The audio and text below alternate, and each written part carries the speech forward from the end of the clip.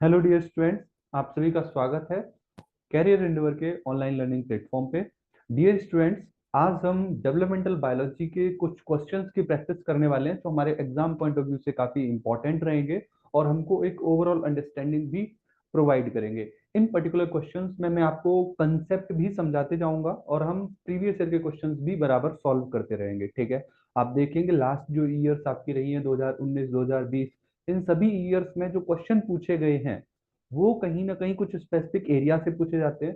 For example, जैसे जब आप इंडेक्स देखेंगे डेवलपमेंटल बायोलॉजी का CSR net point of view से, देन यू विल फाइंड कि यहाँ पे कुछ बेसिक वाले पार्ट है जहां से क्वेश्चन आते हैं। फिर मॉडल ऑर्गेनिज्म है। मॉडल ऑर्गेनिज्म में आप देखेंगे कि mammals, amphibians, sea urchin, right, Drosophila, C elegans, birds development, इस तरीके के कुछ मॉडल ऑर्गेनिज्म है और क्वेश्चन इन्हीं के इर्द गिर्द पूछे भी जाते हैं। तो आज के इस पर्टिकुलर सेशन में आप देखेंगे एम्फीबियन डेवलपमेंट जो एक पर्टिकुलर टॉपिक है, वहां से जो क्वेश्चन आते हैं वो किस तरीके से प्रेजेंट होते हैं और किस तरीके से क्वेश्चन वो पूछे जाते हैं आपके सीएसआर नेट एग्जाम में। तो चलिए शुरुआत करते हैं। हालांकि ये पहला क्वेश्चन आपका बेसिक पार्ट से है जहां पे हम गेस्टुला स्टेज की बात कर रहे होते हैं। तो गेस्टुला स्टेज पे आप देखते हैं मॉर्फोजेनिक मूवमेंट होते हैं, राइट। इस पर्टिकुलर क्वेश्चन से शुरुआत करते हैं आज के सेशन की। चलिए ध्यान से समझिए, क्वेश्चन आपके सामने प्रेजेंट है कि movement of epithelial sheet spreading as a unit to enclose deeper layer in the embryo is term as. Movement of, हमेशा कुछ कीवर्ड्स को हम ध्यान रखना चाहिए हमको।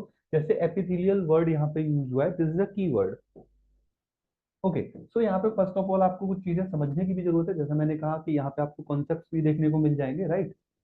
तो जरा यहाँ पे नोटिस करिए कि जब भी हम बात करते हैं गैस्ट्रोला सेल स्टेज की, तो गैस्ट्रोला सेल स्टेज पे करेक्टरिस्टिक फीचर परफॉर्म होता है, that is morphogenic movement. Morphogenic movement. Now notice this morphogenic movement. There are two kind of morphogenic movement, epiboly and other one is emboli. हमेशा याद रखिएगा कि जो एपीबोली है, epiboly में आउटवर्ड मूवमेंट होगा और एपिथेलियल सेल का मूवमेंट होगा आउटवर्ड साइड में, ठीक है, सेल के बाहर, और वो कहीं ना कहीं अंदर की तरफ मूव करते हैं, राइट। सो इम्बोली की जब बात करोगे तो इनवर्ड मूवमेंट होगा, इसको हम बोलते हैं इनवर्ड मूवमेंट या बॉडी के अंदर की तरफ मूवमेंट होना। एपीबोली में आउटवर्ड मूवमेंट, और याद रखना यहाँ पे एपिथेलियल सेल इन्वॉल्व होगी।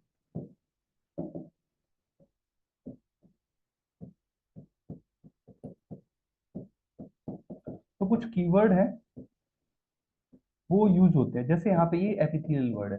सेम मैनर में इम्बोली में आप देखेंगे फर्दर टाइप आपको देखने को मिलेंगे, invagination,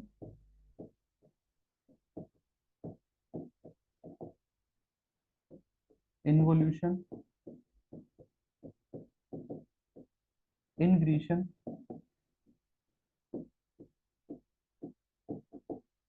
and delamination. Delamination final one, and these all are part of emboly movement, right. ये इम्बोली मूवमेंट में आपको देखने को मिलेंगे। अब जरा एपीबोली को अगर हम नोटिस करें तो एपीबोली में आप क्या देखेंगे कि ये पूरा एम्ब्रियो है, यहाँ पे जो आउटर एपिथेलियल सेल है, यही सेल और ज्यादा स्प्रेड करती हैं और ज्यादा डिवाइड करती हैं और ये आउटर लेयर को बनाने में मदद करती हैं। तो आप जरा एम्बोली का ध्यान रखिएगा। एम्बोली में होता क्या है कि आउटवर्ड मूवमेंट है, आउटवर्ड से, और कई कई बार देखेंगे सेल के सेल बॉडी के अंदर भी जा रही होती है, बट यहाँ पे आउटवर्ड मूवमेंट की नॉर्मली हम मेंशन करते हैं। एंड द कीवर्ड इज, ये सेल एपिथेलियल सेल होती है, ये एपिथेलियल सेल को कहीं ना कहीं रिप्रेजेंट कर रहा है, सही है। तो इस तरीके से जब आप नोटिस करेंगे चीजों को, देन यू विल फाइंड कि यहाँ पे जो टाइप ऑफ मूवमेंट है वो कौन सा है, एपीवोली मूवमेंट है। कौन सा मूवमेंट है, एपीवोली मूवमेंट है। सो इस क्वेश्चन में भी आप देखें तो ऑप्शन में आपको एपीवोली दिया हुआ है, जो आपका ऑप्शन ए है। ए क्या है, epiboly, and actually this is the correct answer, यही आपका आंसर भी है, सही है। एपिगोली में आउटवर्ड मूवमेंट को प्रेजेंट किया जाता है। चलिए ये एक जनरल क्वेश्चन था, हालांकि बेसिक पार्ट से था, बट अब हम आ जाते हैं स्पेसिफिकली एम्फीबियन डेवलपमेंट के पार्ट से, राइट। यहाँ पे आप देखेंगे एम्फीबियन डेवलपमेंट का जो क्वेश्चन है वो आपसे पूछा गया है, राइट। और ये जस्ट इसी ईयर पूछा गया है, इसी ईयर आप देख सकते हैं, इसी ईयर का क्वेश्चन है। जरा देखते हैं, काफी एडवांस क्वेश्चन मैं बोलूंगा कि मतलब अभी जस्ट अपडेटेड, जस्ट एकदम ताजा ताजा क्वेश्चन है। जरा इसको नोटिस करिए और समझिए कि इसका आंसर क्या होना चाहिए। सबसे पहले हम इसके क्वेश्चन को समझने की कोशिश करते हैं। Following statement were made with the reference to strategies used to identify organizer molecule like noggin। कौन सी स्ट्रेटेजी आप फॉलो करेंगे, कौन सी स्ट्रेटेजी आप फॉलो करेंगे टू आइडेंटिफाई ऑर्गेनाइजर मॉलिक्यूल। आपको वो स्ट्रेटेजी बतानी है, कौन सी वो स्ट्रेटेजी हो सकती है जिससे आप ऑर्गेनाइजर के मॉलिक्यूल का पता लगाना चाहते हैं। ऑर्गेनाइजर के मॉलिक्यूल फॉर एग्जांपल नोगिन, कॉर्डिन, कोहोलिस्टेनिन, आपने अक्सर पढ़े होंगे। ये तीनों रिलीज होते हैं डोर्सल साइड से ऑर्गेनाइजर के थ्रू और ब्लॉक करते हैं बीएमपी को, वोन मॉर्फोजेनिक प्रोटीन को, और उसको डोर्सल साइड में नहीं आने देते, राइट। सो दैट आप क्या देखेंगे, इधर साइड में नर्वस सिस्टम डेवलप होता है और उधर साइड में एक्टोडर्म से ही एपिडर्मिस डेवलप होती है, right. So these are the molecule of organizer. Now अब आपसे बोला जा रहा है कि जैसे नॉगिन है, नॉगिन जैसे हमको मान लो और भी मॉलिक्यूल पता करने हैं, तो हम कौन सी स्ट्रेटेजी यूज करेंगे। Now there are three strategy. मैं तीनों स्ट्रेटेजी को समझा रहा हूँ, आपको ध्यान से देखना है, समझना है, और फिर मैं आपको टाइम भी दूंगा। You will have 10 second to answer this question. चलिए पहले स्ट्रेटेजी को समझते हैं कि a C DNA library was prepare for lithium chloride treated amphibian gastrula. आपने क्या किया, लिथियम क्लोराइड से एम्फीबियन गेस्टुला को ट्रीट किया हुआ है, और उससे आपने क्या किया है, आपने एक सी डीएनए लाइब्रेरी प्रिपेयर की है, right, from lithium chloride treated amphibian gastrula. जिस एक गेस्टुला है जिसको हमने लिथियम क्लोराइड से ट्रीट किया और उसके हमने सी डीएनए लाइब्रेरी बना ली। सी डीएनए लाइब्रेरी बोले तो कॉम्प्लीमेंट्री डीएनए लाइब्रेरी बना ली हमने, उसके जीनोम की कॉपी बना ली है। The organizer molecule Y was identified from a clone whose mRNA could rescue phenotype of UV radiated one cell embryo। आप क्या बोल रहे हो, UV radiated one cell embryo and allow normal development. आप बोल रहे हो हमने क्या किया, हमने identify the organizer molecule was identify. Organizer के मॉलिक्यूल जो आइडेंटिफाई किए जा रहे हैं, पहली बात आप यहाँ पे थोड़ा सा एक विरोधाभास फील करेंगे, मतलब यहाँ पे एक अपोजिट कंडीशन फील करेंगे कि ऑर्गेनाइजर के मॉलिक्यूल को आप नहीं आइडेंटिफाई कर सकते from a single cell embryo. That's very important point कि सिंगल सेल एम्ब्रियो से आप ऑर्गेनाइजर के मॉलिक्यूल को नहीं आइडेंटिफाई कर पाओगे and allow for normal development. और उसको नॉर्मल डेवलपमेंट के लिए आपने अलाउ किया, मतलब आपने क्या बोला जा रहा है कि organizer molecule was identified, organizer के मॉलिक्यूल को आइडेंटिफाई किया गया फ्रॉम द क्लोन, एक क्लोन सेल से whose mRNA could rescue the phenotype of, जिसका एमआरएनए जो है वो phenotype of UV radiated single cell embryo को रिप्रेजेंट कर रहा है और अलाउ कर रहा है नॉर्मल डेवलपमेंट को।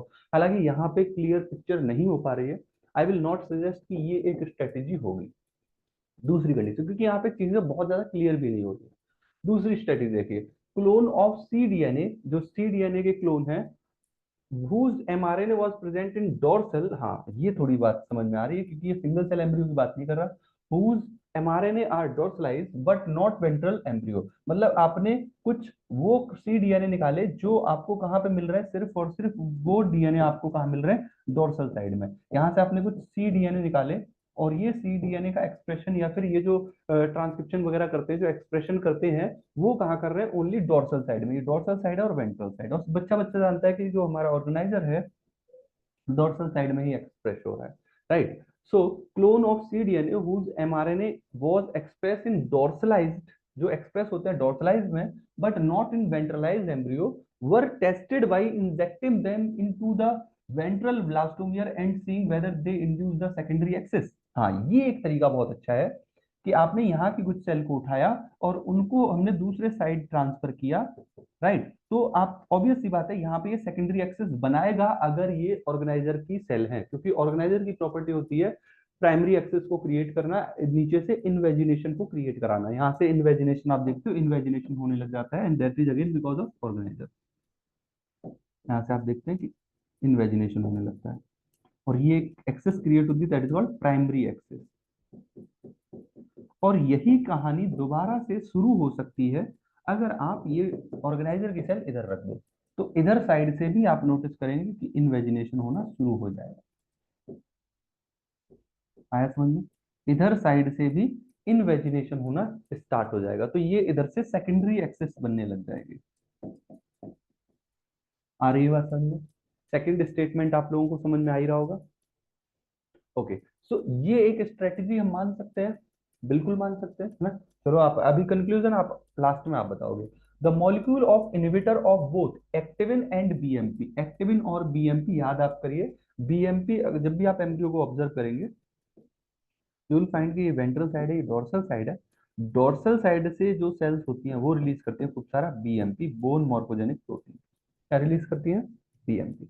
और बीएमपी के ही इनहिबिटर रिलीज करता है कौन? ऑर्गेनाइजर। और वो इन्वेटर कौन है? नॉगिन कॉर्डिन पॉलिस्टाइनिन, जो कि ऑर्गेनाइजर रिलीज कर रहा है इधर से। इसीलिए बीएमपी को इधर नहीं आने दिया जाता। याद रखना, बीएमपी कोई, सॉरी, ये नॉगिन कॉर्डिन पॉलिस्टाइनिन जो है कोई ये कोई ट्रांसक्रिप्शन फैक्टर नहीं है, ये इन्वेटर प्रोटीन है, राइट? यो क्या करती है? बीएमपी को क्या कर रही है? इन्वेट कर रही है, बीएमपी को इधर नहीं आने दे रही है। अब जब बीएमपी इधर नहीं आ पाएगा, या फिर हमने बोला कि हमने इन्विटर यूज कर रहे हैं बीएमपी के, जो क्या करेंगे, रीड करते हैं। The molecule inhibitor of activin and BMP, कहीं ना कहीं ये इन्हीं की बात हो रही है, नॉगिन कॉर्डिन पॉलिस्टाइनिन की। नॉगिन कॉर्डिन पॉलिस्टाइनिन ये क्या है? इन्विटर है इन्हीं के। Cause ectoderm to become neural tube, obvious सी बात है। हाँ, अगर हम एक्टिविन और इनविटिन इनविन के ये इन्विटर है इनको अप्लाई करें तो बीएमपी इनविट हो जाएगा। और बीएमपी इनविट हो जाएगा तो यहाँ पे किसका एक्सप्रेशन होगा? नर्वस सिस्टम का, क्योंकि बीएमपी की ही मदद से जो वेंट्रल साइड है उसकी जो एपिडर्मल सेल है वो एपिडर्मिस को शो करती है। एक्टोडर्मल सेल एपिडर्मिस को कब बना पाती है? जब वहां पे बीएमपी होता है। और आपने बीएमपी के इनहिबिटर, एक्टिविन के इनहिबिटर अप्लाई कर दिए, और जब आपने ये इनहिबिटर अप्लाई किए तो यहाँ पे बीएमपी का रोल नहीं आ पाएगा। और क्योंकि बीएमपी का रोल नहीं आ पाएगा, दैट्स वाई आप क्या देखेंगे, इस पर्टिकुलर साइड से एक्सप्रेशन होने लगेगा एक्टोडर्म से एपिडर्मिस का। तो आप, सॉरी, यहाँ पे भी एक्सप्रेशन होने लगेगा नर्वस सिस्टम का, क्योंकि आपने इनहिबिटर अप्लाई कर दिया। तो ये एक स्ट्रेटजी सही लग रही है। क्या बोला जा रहा है? The molecule inhibitor of both activin and BMP cause ectoderm to become neural tube. तो ऑब्वियस सी बात है, अब ये नर्वस सिस्टम बनने लग जाएगा। अगर आप इनहिबिटर अप्लाई कर रहे हैं, नॉन इनवॉल्वेंट पॉलिस्टाइनिन अप्लाई कर रहे हैं जो बीएमपी को ब्लॉक कर देंगे, तो नर्वस सिस्टम भी क्या बन जाएगा भाई? ये भी, सॉरी, ये एक्टोडर्मल सेल जो है, इधर की एक्टोडर्मल सेल, वो भी नर्वस सिस्टम में बदल जाएगी। So yes, I can say ये करेक्ट स्ट्रेटेजी है। नाउ यू हैव 10 सेकेंड, आपके पास 10 सेकेंड है। Again read and analyse the question and statement and then try to answer कि क्या आंसर होना चाहिए। ओके, अगेन मैं आपको थोड़ा सा टाइम दे रहा हूं।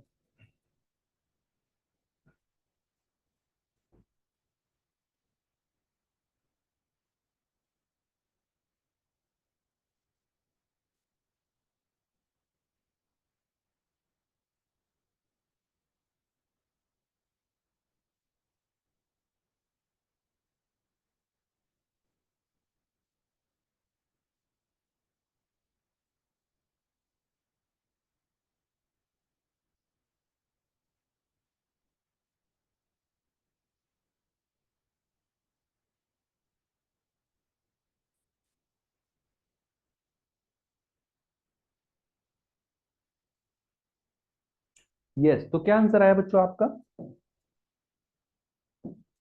Very good. You should move with B and C, आपको बी और सी की तरफ जाना चाहिए। That's why our answer will be C. काफी प्यारा क्वेश्चन था। अगेन आप अगर एक बार ए स्ट्रेटेजी को पढ़ेंगे तो बहुत ज्यादा चीजें क्लियर नहीं हो रही है। एक बार और पढ़ता हूँ। A C DNA library was prepared from lithium chloride treated amphibian gastrula. Gastrula, आपने एम्फीबियन के गैस्ट्रुला वाली स्टेज से सी डीएनए लाइब्रेरी बना ली। Now organizer molecule was identified to, organizer के मॉलिक्यूल को हम आइडेंटिफाई कर रहे हैं, was identified from a clone whose mRNA could rescue phenotype of UV radiated one cell embryo, UV radiated one cell embryo and allow normal development. बहुत ज्यादा चीजें ये रिलेट नहीं कर पा रहा है एक्सपेरिमेंटल स्ट्रेटेजी के रेस्पेक्ट में, हालांकि ये बहुत ही कॉमन स्ट्रेटेजी है जिनको हम यूज करते ही करते हैं। So the correct answer will be C. Is it clear? सही है। अब बढ़ते हैं अगले क्वेश्चन की तरफ। अगला क्वेश्चन आपके सामने प्रेजेंट है। Which one of the following statement with respect to development in amphibian is correct? Amphibian के डेवलपमेंट के रेस्पेक्ट में कौन सा स्टेटमेंट है जो यहाँ पे एकदम करेक्ट है? आपको एनालाइज करना है, आइडेंटिफाई करना है और आंसर करना है। Okay, so you have 10 second. चलिए, इस पे टाइम दे रहा हूं आपको, जरा एनालाइज करिए इन स्टेटमेंट्स को और आंसर करने की कोशिश करिए। आपको with respect to amphibian development रखना है चीजें, ऑब्वियस बात है, एम्फीबियन डेवलपमेंट चल रहा है, तो आपको जरा नोटिस करना है एम्फीबियन डेवलपमेंट। जैसे ही टॉपिक में क्वेश्चन में आपको दिख जाए amphibian development, mammal development, Drosophila development, mind में एकदम वो फाइल खुल जानी चाहिए जो आपके टीचर ने आपको समझाई हुई है, पढ़ाई हुई है, और उसी के अकॉर्डिंग आपको एनालाइज करना है क्वेश्चन को एंड देन आंसर करना है। चलो, your time starts now.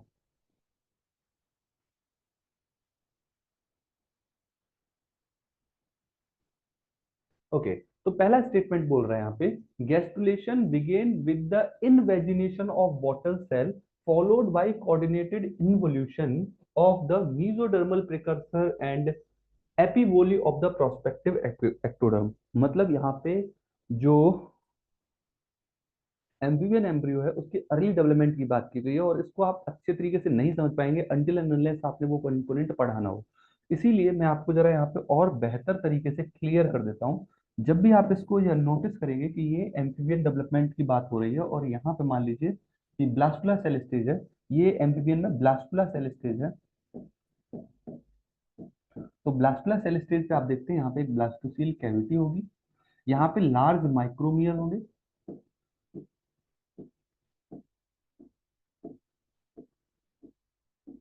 These are large माइक्रोमियर। Large माइक्रोमियर बन पाते हैं क्योंकि ये मीजोलेसिथल मीजोलेसिथल एग को रिप्रेजेंट करता है। ये किसको रिप्रेजेंट कर रहा है? मीजोलेसिथल एग को रिप्रेजेंट कर रहा है, इसलिए यहाँ पे ऊपर साइड में आपको ये देखो माइक्रोलेसिथल एग दिख रहा है, और नीचे साइड में मेगालेसिथल दिख रहा है, और इस कॉर्नर पे ये डोर्सल साइड है, ये वेंट्रल साइड है, ये एनिमल पोल है, ये वेजिटल पोल है, राइट।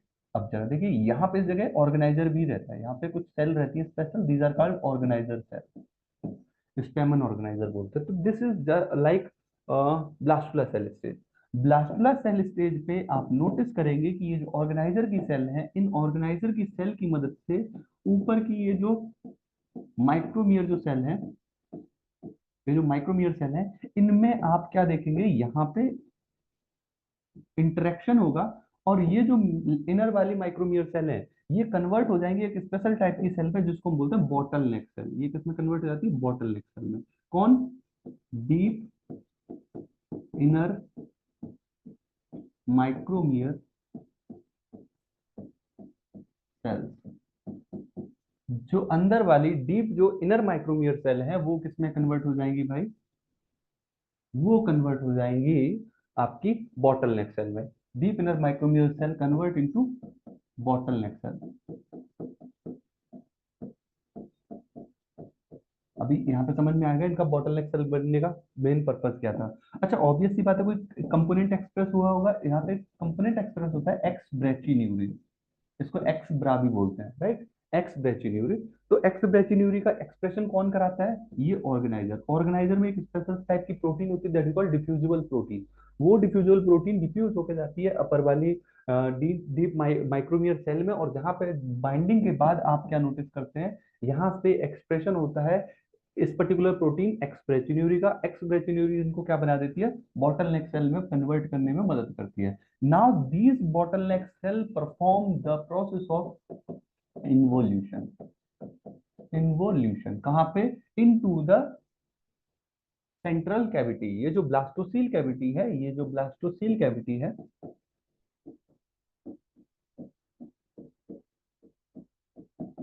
इस ब्लास्टोसील कैविटी में ये जो बॉटलनेक सेल है ये क्या करेंगे? डिवीजन करेंगे इस तरीके से, ये इसको कवर करने लग जाएंगे, और यही वो टाइम है जब बॉडी कैविटी में आप क्या देखते हो? मीजोडर्मल लाइनिंग होती है। याद रखना, इनवोल्यूशन से जो सेल प्रोड्यूस हो रही होती है वो एक्चुअली कौन सी सेल होती है? वो आपकी सेल होती है मीजोडर्मल। तो यहाँ से इन्वोल्यूशन हुआ, और मीजोडर्मल सेल, मीजोडर्म की जो सेल है, उन्होंने पूरी सेंट्रल ब्लास्टोसील कैविटी को कवर कर लिया। तो ऐसा कुछ हुआ, किसकी वजह से हुआ? ऑर्गेनाइजर की वजह से हुआ। किसकी वजह से हुआ? ऑर्गेनाइजर की वजह से हुआ। अच्छा, आउटर जो यहाँ पे जो बाहर थोड़ी सेल भी होती है, ये सेल और ग्रो करती है, और ये बाहर साइड में क्या कर रही होती है? ये बाहर साइड में कर रही होती है एपीबोली का मूवमेंट। कौन सा movement? Epiboly movement. Epiboly movement में आप क्या देखते हो, आउटवर्ड मूवमेंट होता है। यहाँ पे आउटर जो एक्टोडर्मल सेल होती है वो और ज्यादा डेवलप कर रही होती है, पूरे एम्ब्रियो को कवर कर रही होती है। तो ये क्या हो रहा है, एपीवोली चल रही है बाहर साइड में। यहाँ पे क्या चल रहा है भाई, यहाँ पे इस जगह क्या चल रहा है, ये यहाँ पे अपना इन्वोल्यूशन स्टार्ट हो गया। यहाँ पे क्या स्टार्ट हो गया, इन्वोल्यूशन स्टार्ट हो गया।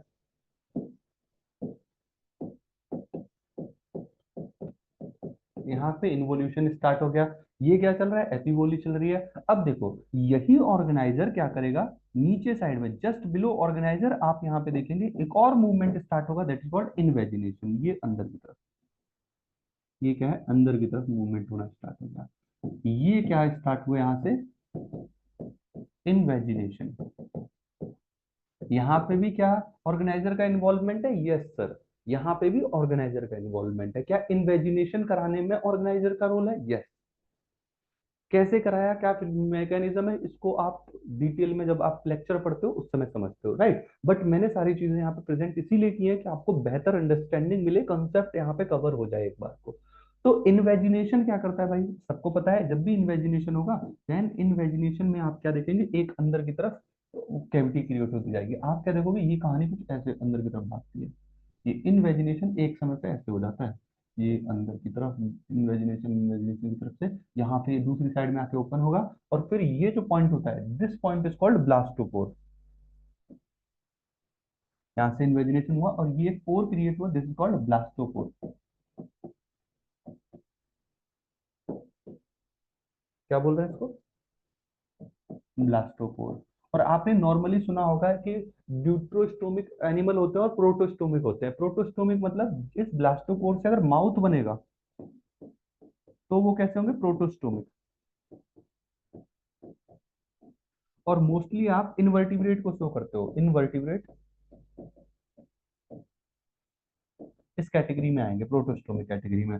अगर इसी ब्लास्टोपोर से एनस बनेगा तो हम इनको बोलेंगे ड्यूट्रोस्टोमिक। और आपको ये वर्टिब्रेट में देखने को मिलेगा।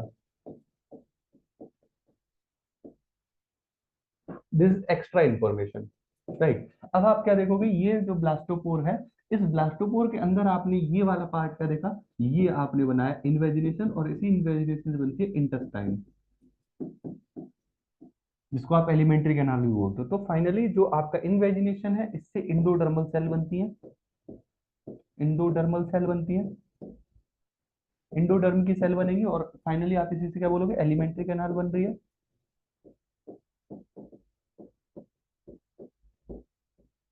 राइट। इससे क्या बन रही है, एलिमेंट्री कैनाल बन रही है। आउटर एपिगोली हो रही है, एपिगोली से और एक्टोडर्मल सेल बन रही है, एक्टोडर्म की सेल और प्रोड्यूस हो रही है। यहाँ इन्वोल्यूशन हो रहा है, इन्वोल्यूशन से मीजोडर्म की सेल बन रही है, मीजोडर्म। तो आप देख सकते हो कि तीन जर्म लेयर होती है, इंडोडर्म, मीजोडर्म, एक्टोडर्म, और तीनों इस तरीके से डेवलपमेंट को शो कर रही है। सही है। ये कब हो रहा है, ब्लास्टुला से। इसी पार्ट को हम क्या बोलेंगे, ये ब्लास्टुला से गैस्टुला के बनने वाले पार्ट पे ये क्या हो रहा है, ब्लास्टुला से गैस्टुला के बनने की प्रोसेस है। यहाँ पे आप देख रहे हो ब्लास्टुला से गेस्टुला सेल स्टेज आ चुकी है। So this is whole about basic conceptual part. जो कंसेप्चुअल पार्ट रहते हैं वहां पे हम ये सारी चीजें पढ़ रहे होते हैं, समझ रहे होते हैं। सही है। अब जरा इस क्वेश्चन पे गौर करें। क्वेश्चन बोल रहा है, which of the following statement with respect to development in amphibian is correct. Amphibian development के पार्ट में कौन सा स्टेटमेंट करेक्ट है, उसके रेस्पेक्ट में आपको आंसर करना है। और जो मैंने भी आपको पार्ट बताया है वही इन स्टेटमेंट में देखने को मिलेगा। तो पहले स्टेटमेंट को अगर आप नोटिस करें तो क्या बोला जा रहा है, देख लेते हैं कहीं कोई गलत वर्ड तो नहीं यूज कर दिया इन्होंने। Gastrulation begin with invagination of bottle cell, right, followed by coordinated involution of mesodermal precursor and epiboly of ectoderm. Okay, begin with invagination of bottle cell followed by coordinated involution. देखो यहाँ पे मेरे को लग रहा है टाइपिंग एरर है, हालांकि ऑफ बॉटल सेल तो नहीं होना चाहिए, ये बॉटल सेल तो नहीं होना चाहिए। ओके, फिर भी एक बार देखते हैं क्या कहना चाह रहा है। ओके, ये यहाँ पे लगना चाहिए full comma, bottle cell by followed by coordinated involution of mesodermal precursor. Obvious बात है वो मीजोडर्मल प्रिकर्सर होती है, ये तो सही है। एपिबोली ऑफ प्रोस्पेक्टिव एक्टोडर्म, और एपिबोली किसमें होती है, ऑब्वियस बात है एक्टोडर्म में एपिबोली हो रही होती है। ओके, ठीक है, नेक्स्ट देखते हैं। The organiser induce nuclear centre, ये बात गलत है। आपने जब भी पढ़ा होगा, जरा यहाँ पे नोटिस करिए, जब आप अर्ली डेवलपमेंट पढ़ रहे होते हो, ब्लास्टोला सेल स्टेज पढ़ रहे होते हो, तो आप नोटिस करते हैं यहाँ पे सबसे पहले तीन डॉट रहते हैं जिनको हम डीएसएच प्रोटीन बोलते हैं। डीएसएच प्रोटीन जहाँ प्रेजेंट होती है वहां पे बीटा कैटनिन प्रेजेंट रहती है। बीटा कैटनिन अगर प्रेजेंट रहती है तो वो नोडल प्रोटीन के साथ मूव करते हुए इन साइड की सेल में आती है, और यहाँ पे 30 डिग्री कॉर्टिकल रोटेशन हो ही जाता है एक समय पे, जिस वजह से ये जो डीएसएच वाली प्रोटीन है थोड़ी और साइड शिफ्ट होती है, राइट। और यहाँ पे आप देखते हो बीटा कैटनिन भी प्रेजेंट है, बीटा कैटनिन के साथ नोडल प्रोटीन भी प्रेजेंट है, इसीलिए यहाँ पे क्या बनता है, घुस, यहाँ पे आप क्या देखते हो, यहाँ पे एक सेंटर क्रिएट होता है जिसको बोलते हैं न्यूक्लियर सेंटर। न्यूक्लियर सेंटर के ऊपर वाली सेल, न्यूक्लियर सेंटर में यहाँ पे कुछ प्रोटीन एक्सप्रेस होती हैं, जिन प्रोटीन का नाम है सियामोस मॉइस ट्विन, ये दो प्रोटीन होती है। और इसके जस्ट अपोजिट ऊपर साइड में थोड़ी सी कुछ सेल और होती है जो ऊपर की तरफ मूव कर रही होती है इस जगह पे, जो कि कुछ और प्रोटीन भी एक्सप्रेस करती हैं, और इसी पर्टिकुलर साइड में एक्सप्रेशन से बनता है क्या, ऑर्गेनाइजर। यहाँ पे बनता है ऑर्गेनाइजर। ऑर्गेनाइजर के लिए मेन जो रेस्पॉन्सिबल प्रोटीन है वो है ग्लूसिकॉइड। जो मेजर प्रोटीन है उसका नाम क्या है, ग्लूसिकॉइड प्रोटीन है, जो यहाँ पे एक्सप्रेस होती है ऑर्गेनाइजर वाले पार्ट में, ठीक है। और इसके ऊपर यहाँ पे ये वाला पार्ट होता है, इसको हम ग्रे क्रिसेंट भी बोलते हैं, जो कि 30 डिग्री कॉर्टिकल रोटेशन से बना हुआ है, राइट। 30 डिग्री रोटेशन होता है। तो अब यहाँ पे देखो, organiser induce the nuclear centre, क्या यहाँ पे ऑर्गेनाइजर न्यूक्लियर सेंटर को इंड्यूस कर रहा है, नहीं, ये बात तो गलत है, ये स्टेटमेंट तो गलत है। Organiser is formed by accumulation of beta catenin, क्या बीटा कैटनिन के एक्यूमुलेशन से ऑर्गेनाइजर बन रहा है, यहाँ पे थोड़ी सी गड़बड़ी आपको देखने को मिलेगी।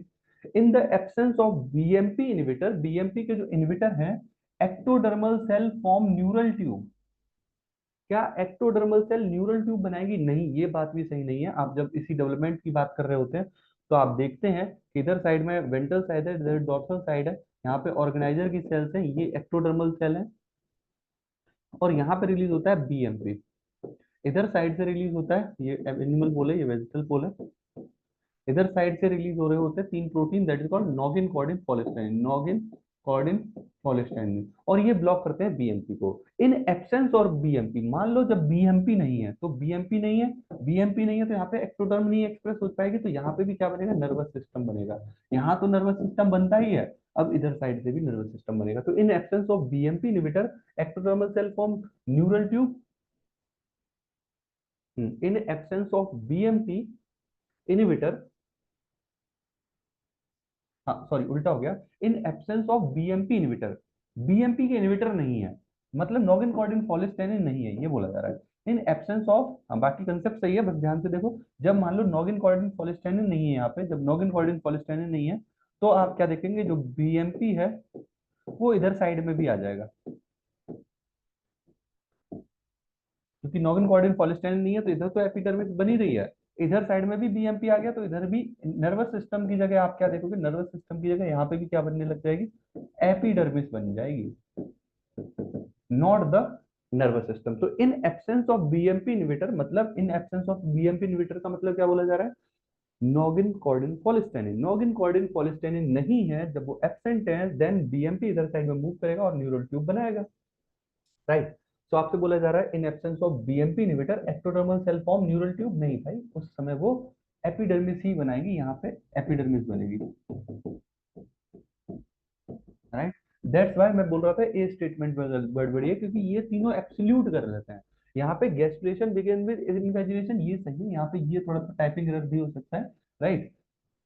And then followed by involution, यहाँ पे इन्वोल्यूशन जरूर होता है, क्योंकि इन्वेजिनेशन जस्ट नीचे होगा जहां से प्राइमरी एक्सेस बन रही होती है, राइट। और मेसोडर्मल सेल में जो हमारी बॉटलनेक सेल है, बॉटल सेल है, इनको बॉटलनेक सेल बोलते हैं, वो जो कि इन्वोल्यूशन कर रही होती है, और ऑब्वियस सी बात है एपिवोली हो रही होती है एक्टोडर्मल सेल में। अगर ये चीज नहीं भी होती तो भी मैं इन तीनों को एब्सोल्यूट इनकरेक्ट करके, मैं अगर दिमाग लगा के आंसर करता तो मैं भी ए आंसर करता, राइट। हालांकि करेक्शन ये होना चाहिए कि इन्वेजिनेशन तो होता ही है, बॉटलनेक सेल में इन्वोल्यूशन होता है, राइट।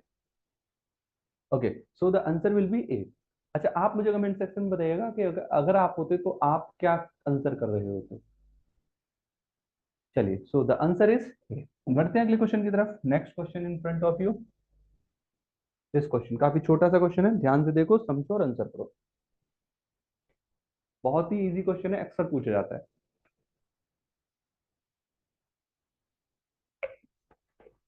यस, बताइए।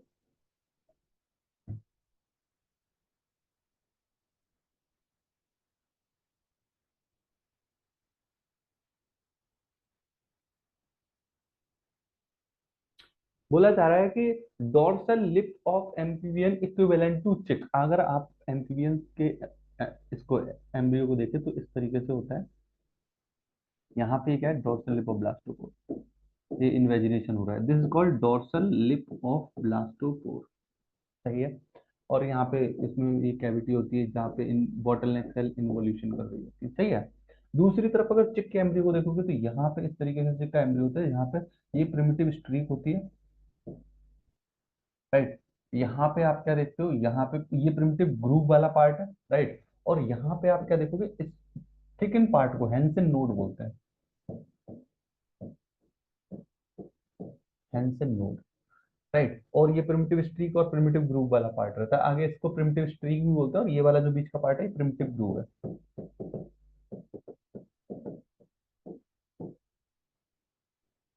और ये प्रिमिटिव स्ट्रीक होती है, और इसी के आउटर थिकन पार्ट को हम हैंसन नोड बोलते हैं।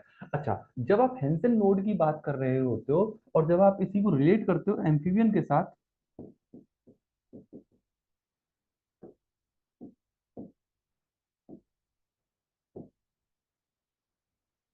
ये एम्फीबियन एम्ब्रियो है और ये चिक एम्ब्रियो है। राइट। तो जब आप एम्फीबियन एम्ब्रियो और चिक एम्ब्रियो को नोटिस कर रहे हैं तो यहाँ पे आप देखेंगे जो प्रॉपर्टी डोर्सल लिपोब्लास्टोपोर शो करता है वही बर्ड के केस में हेंसन नोड शो करता है। सो कीप इन माइंड, यहाँ पे एनिमल पोल तो कतई नहीं होगा, वेजिटेटिव पोल नहीं होगा, प्रिमिटिव ग्रुप, और आप हेंसन नोड में जरूर कंफ्यूज हो सकते हैं। तो आप याद रखना कि थिकन जो आउटर पार्ट होता है वो हमारा हेंसन नोड है, और Hensen node is equivalent to dorsal lip of blastopore. इसको स्टेटमेंट बना के भी लिख सकते हैं।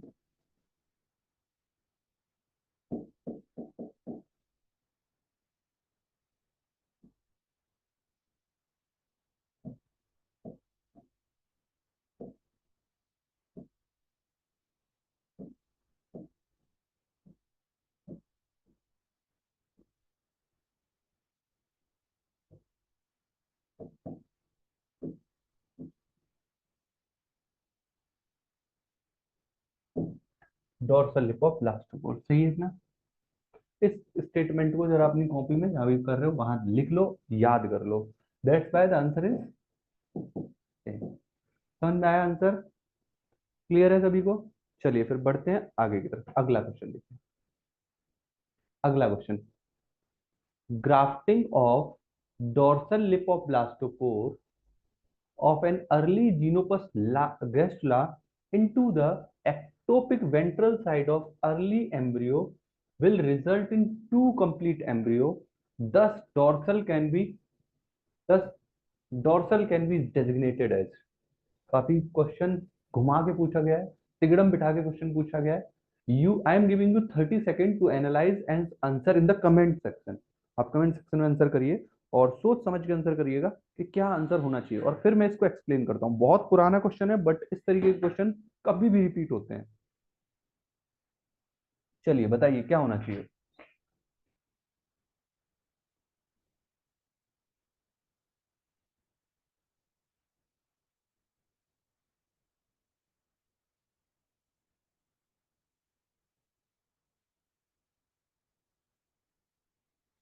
क्या आंसर होना चाहिए इसका?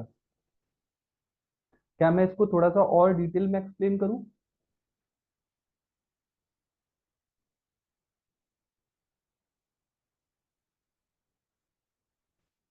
या मुझे और एक्सप्लेन करना पड़ेगा? चलिए देखते हैं। देखो कि ग्राफ्टिंग ऑफ डोर्सल लिपोब्लास्टोपोर, हम डोर्सल लिपोब्लास्टोपोर की सेल को ग्राफ्ट कर रहे हैं, एक जगह से दूसरी जगह ले जा रहे हैं। फ्रॉम कहां से? फ्रॉम एन अर्ली जीनोपस गेस्टला, ये हमारे पास अर्ली वाला ही है। यहां से हमने इन सेल को उठाया, डोर्सल लिपोब्लास्टोपोर की सेल को, from an early Xenopus gastrula into the ectopic ventral side of early embryo.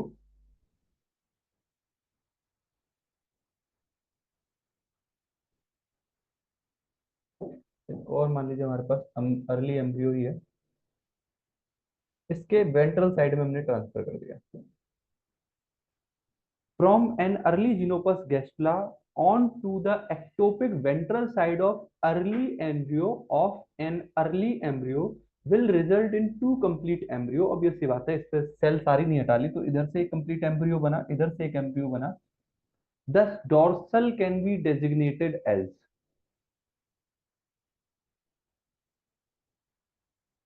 ये जो डोर्सल वाला है इसको आप क्या बोलोगे? या फिर इस चीज को ऐसे समझो कि मान लो हम सेम में ट्रांसफर कर रहे हैं, मान लीजिए हम इसको सेम में ही ट्रांसफर कर रहे हैं, यहां से हमने ऑर्गेनाइजर की सेल उठाई, इसी के दूसरे साइड में रख दिया, राइट। तो ऑब्वियस सी बात है, यहां से आप क्या देखोगे, एक एक्सिस बन रही है और यहां से एक और एक्सिस बनेगी। इसीलिए आप क्या देखते हो, दो कंप्लीट एम्ब्रियो बनेंगे, हाँ बन सकते हैं, बन सकते हैं, एम्ब्रियो तो बन ही जाएंगे, ठीक है, राइट। बट यहाँ पे आप इसको बोलोगे प्राइमरी एक्सिस, मगर वो कंजॉइंट होंगे, जुद होंगे, और ये होगी सेकेंडरी एक्सिस। तो आप इसे क्या बोल रहे हो भाई, आप इसे बोल रहे हो प्राइमरी एक्सिस। तो जो डोर्सल साइड में बन रही है, क्योंकि ये डोर्सल साइड है और ये वेंट्रल साइड है, तो जो डोर्सल साइड है, इस साइड में जो एक्सिस बन रही है that is actually primary axis. So this is the question. Question काफी कंफ्यूजिंग था, कभी कभी लैंग्वेज हमको परेशान कर देती है कि तुम पूछना क्या चाह रहे हो। कभी कभी क्या होता है, हमको पता है सारी चीजें, बट हम ये इंटरप्रेट नहीं कर पा रहे कि क्वेश्चन पूछना क्या चाह रहा है, राइट। सो इस चीज का बहुत खासकर ध्यान रखना होता है। So the answer will be A, and that is primary organiser. कि प्राइमरी ऑर्गेनाइजर है वो जहां से आपने सेल उठाई और दूसरी जगह रखी, वहां पे ऑब्वियस सी बात है, अगर सेकेंडरी एक्सेस बन रही है तो उस एक्सेस को आप सेकेंडरी एक्सेस बोलोगे। बट पहले जहां पे एग्जिस्ट करती है जो डोर्सल साइड है, वो हमेशा प्राइमरी एक्सेस रहेगी, हमेशा हमेशा डोर्सल साइड प्राइमरी एक्सेस ही क्रिएट करेगी। क्योंकि नॉर्मली ऐसा नहीं होता कि वेंट्रल साइड में डोर्सल लिपोब्लास्टोपोर की सेल हो, मगर ये हमेशा लाजमी है कि डोर्सल साइड में आपको डोर्सल लिपोब्लास्टोपोर की सेल मिलेगी ही मिलेगी। दैट्स वाई आप इसको मेंशन करेंगे कि ऑर्गेनाइजर की सेल है प्राइमरी ऑर्गेनाइजर। बढ़ते हैं अगले क्वेश्चन की तरफ। अगला क्वेश्चन देखते हैं। In case of Xenopus laevis, which cell make up the nuclear centre and Spemann organiser? Read the question properly and then try to answer. काफी डिटेल में हर क्वेश्चन को मैं इसीलिए समझाते हुए चल रहा हूँ। ध्यान से देखिए, you have 10 second to read the question and then try to answer.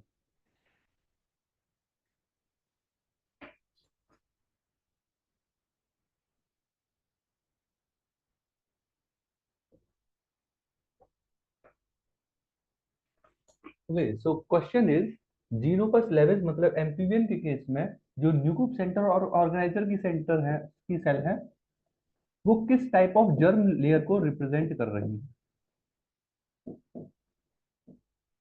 Germ layer के रेस्पेक्ट में बात करें तो हमारे पास तीन होती है, ecto,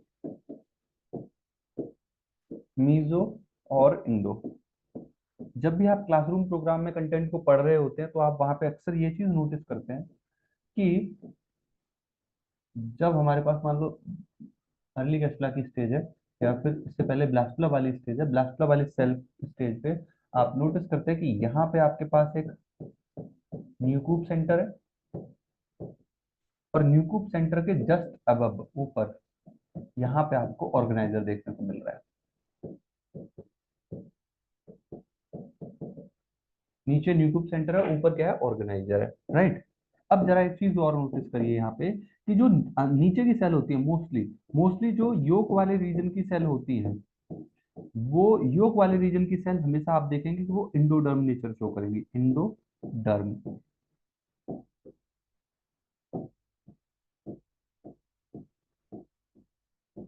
most of the cases में। दैट्स व्हाई आप कहते हैं कि जो न्यूक्लियर सेक्टर है वो इंडोडर्मल नेचर का है। क्या बोलेंगे आप? इंडोडर्मल नेचर का। But what happen with organiser, क्या ऑर्गेनाइजर भी इंडोडर्म नेचर का होता है? Now there is a question, क्या ऑर्गेनाइजर भी इंडोडर्म नेचर का होता है? The answer is no, this is of mesoderm nature. And because it is of mesoderm nature, that's why it allow inner micromeal cell to become mesodermal in nature by creating them in bottleneck cell. जिस वजह से आप क्या देखते हो, यहाँ से कुछ प्रोटीन मूव करके जाती है, तो ऊपर जो सेल रहती है हमारी, यहाँ पे जो स्मॉल माइक्रोमियर की सेल है, स्मॉल माइक्रोमियर में इनर जो डीपर लेयर रहती है, इसमें जो सेल हैं वो भी कैसी हो जाती है भाई, वो भी बॉटलनेक सेल में कन्वर्ट होती है पहले, और उनसे बनने वाली सेल की जो लेयर है वो कैसी होती है, मीजोडर्मल होती है। इसीलिए ये भी मीजोडर्मल नेचर की सेल्स को ही क्रिएट करा पाता है, बिकॉज ऑर्गेनाइजर का जो फेट है वो मीजोडर्मल नेचर का है। आया समझ में? बिकॉज ऑर्गेनाइजर का जो नेचर है दैट इज ऑफ मीजोडर्मल। तो आप देखोगे कि जो हमारा न्यूक्लिक सेंटर है वो कैसा है, एंडोडर्मल है, जबकि ऑर्गेनाइजर हमारा मीजोडर्मल है। आया समझ में? क्लियर हुआ आपको?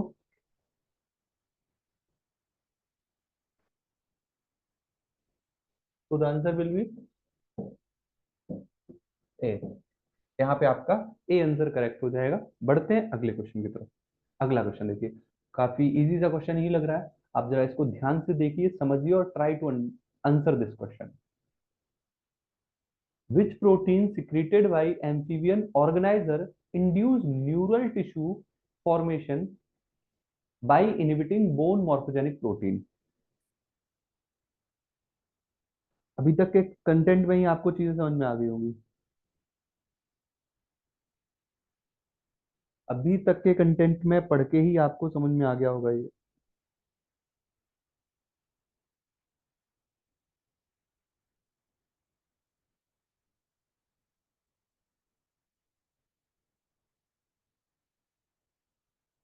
बताइए। याद करो, अभी हम बात कर रहे थे यहाँ पे, जब भी हम एम्फीबियन डेवलपमेंट की बात करेंगे, ऑर्गेनाइजर यहाँ पे इनहिबिटर रिलीज करता है किसके, बीएमपी के। कौन है वो है नॉगिन, नागिन नहीं पड़ेगा कोई, ये नागिन नागिन है ना, वो नहीं है। नॉगिन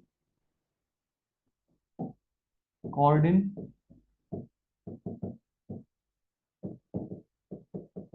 फॉलिस्टैटिन, नॉगिन कॉर्डिन फॉलिस्टैटिन, ये होते हैं आपके इनहिबिटर। किसके इनहिबिटर है भाई ये, बीएमपी इनहिबिटर। क्या करते हैं ये, बीएमपी को डोर्सल साइड में नहीं आने देते, वेंट्रल में ही देते हैं। तो क्या बोला जा रहा है, विच protein secreted by amphibian organiser, कौन है, इंड्यूस न्यूरल टिश्यू, जो क्या करता है, जो न्यूरल टिश्यू को फॉर्मेशन करवाता है। न्यूरल टिश्यू न्यूरल बन पाती है क्योंकि बोन मॉर्फोजेनिक प्रोटीन नहीं इधर आ पाती, इसलिए वो अपने नेचुरल फेट नर्वस सिस्टम बनाता है। ये क्या बनाता है, नर्वस सिस्टम। और इधर की जो सेल है उनमें बीएमपी बाइंड करके इधर क्या बनाता है, एपिडर्मिस। एपिडर्मिस और नर्वस सिस्टम का फॉर्मेशन हो किससे रहा है, एक्टोडर्मिस से। एक्टोडर्मी ही एक साइड में, वेंट्रल साइड में क्या बन रही है, एपिडर्मिस, और डोर्सल साइड में क्या बन रही है, nervous system. But it involved the factor noggin coordinating follistatin released by organizer, जो ब्लॉक करते हैं बीएमपी को। ठीक है, so now the answer is noggin. ये तो ऑप्शन में आपको नॉगिन इसीलिए दिया ही हुआ है। So the answer B is correct. Is it clear? चलिए बढ़ते हैं अगले क्वेश्चन की तरफ। ओके, नेक्स्ट एंड कुछ भारी वाला सा क्वेश्चन है। जरा इस क्वेश्चन को पहले देख लेते हैं, समझ लेते हैं, फिर आंसर करने की कोशिश करेंगे। Hensen node is established as avian equivalent of amphibian dorsal blastopore lip. याद करो, अभी मैंने क्वेश्चन नहीं कराया है। हैंसन नोड इक्विवेलेंट है डॉर्सल लिप ऑफ ब्लास्टोपोर के, अभी मैंने ये बात कराई थी और प्रॉपर इसीलिए ऊपर लिखा था।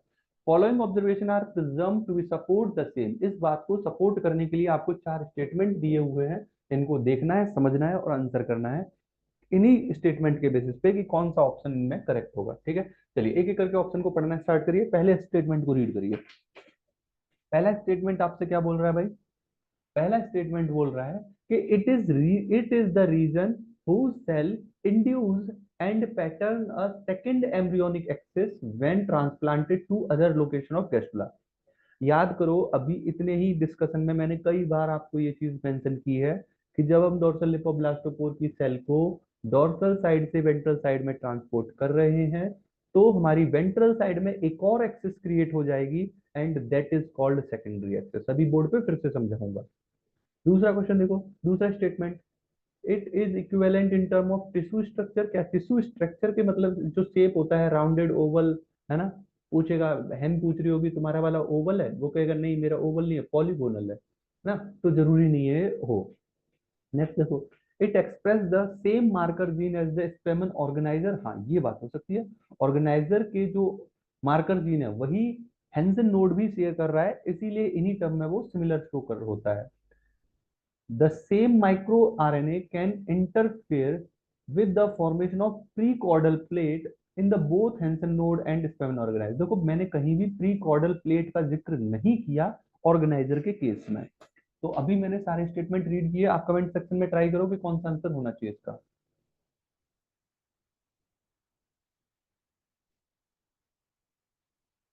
हाँ जी, बताइए।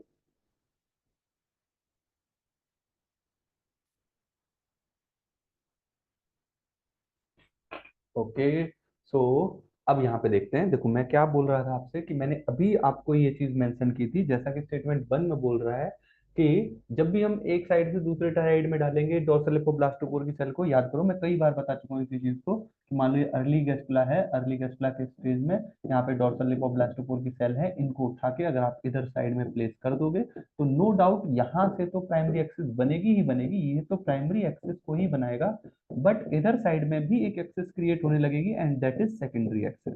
सही बात है, यही बात बोली जा रही है स्टेटमेंट वन में, है ना। It is the region whose cell induce the pattern a second embryonal axis when transplanted to other location of the gastrula. ठीक है, तो ये स्टेटमेंट तो हमारा सही है। Equivalent in term of structure, structure के टर्म में नहीं है, कोई मतलब नहीं निकाल रहा है। It express the same marker gene as Spemann organizer in amphibian, right, ये बात सही है।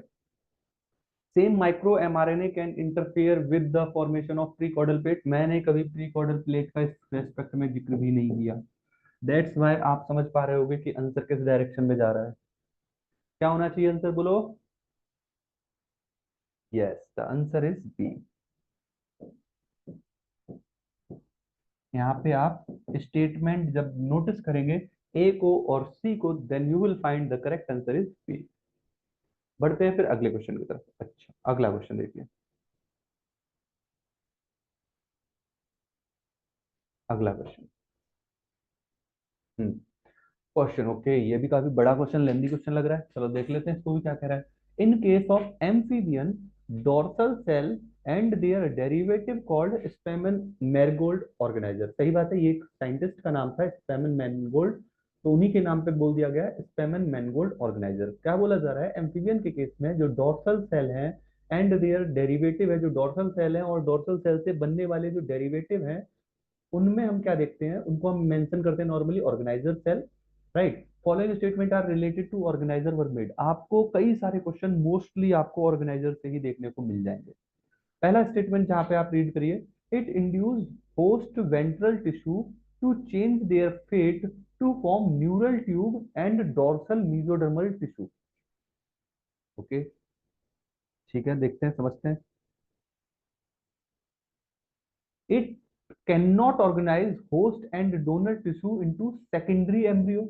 ये it can not organise host and donor tissue, host के या डोनर टिश्यू को सेकेंडरी एम्ब्रियो में नहीं बदल सकता। एकदम गंदी बात लिखी हुई है, कभी मत मानना इसकी ये बात, तो भी कभी गलत नहीं होगा, वो हमेशा इंड्यूस करता है, मैंने अभी पिछले स्लाइड में बताया है।